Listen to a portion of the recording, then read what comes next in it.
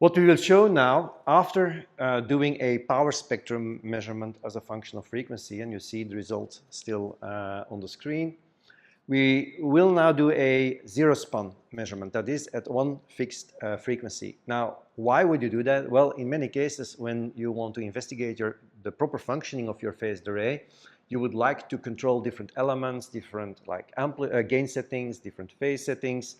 And it doesn't make sense to do really a frequency sweep. Typically, you want to do that at one frequency, and you want to do that as quickly as possible. So we will use the zero-span capability of the spectrum analyzer to actually measure the power as a function of time. But as we are measuring the power as a function of time, we will have the stirrers continuously running so that in fact we are sampling in a random way the fields presenting to the reference antenna. And out of these calculations, in fact, we can then get the total radiated power at that given frequency. And we can repeat this, of course, for different state settings of the device under test. So how do we go from a power spectrum measurement to a zero-span measurement? So first of all, we need to tell the reverb chamber that it will have to use the continuous mode. So we can push here, continuous mode. Now for continuous, there is no stepping of the stirrer, so we put it to value 1. And then there is continuous speed of the stirrer number 1 and continuous speed of the stirrer number 2. The values, the default values are 30 and 28 rotations per minute. These are typically good values for doing a random sampling of the zero-span setting of your spectrum analyzer. Now, the zero-span setting of the spectrum analyzer is a specific mode. And of course, you can tweak and tune that a little bit yourself on the spectrum analyzer. So it's what we call an advanced setting that we are using with the reverb chamber.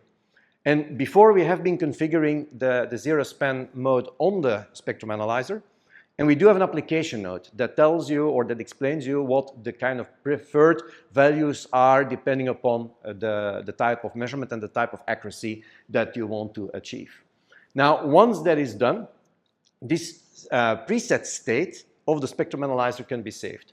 And you see here, in fact, we have a limited list. We have the default value and we have a zero-span configuration. That's being created before. And here you see in the menu like save, refresh preset list.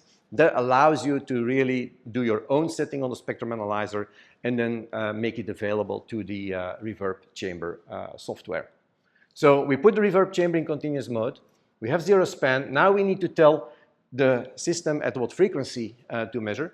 And the device we are having in the system is a phased array radiating at 62.64 gigahertz. So I put start and stop frequency to the same frequency.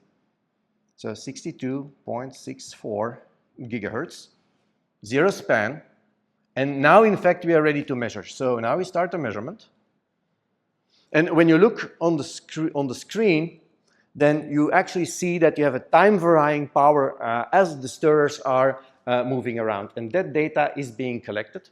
And in fact, we already have the result here, where we have, of course, one dot on the screen because it's one frequency. So that gives you an idea about, okay, how can we pretty quickly get an idea about the behavior of a phased array for one frequency. Of course, now I can change the state of my device manually, for example, and then I could do a new measurement and have a look at what's going on.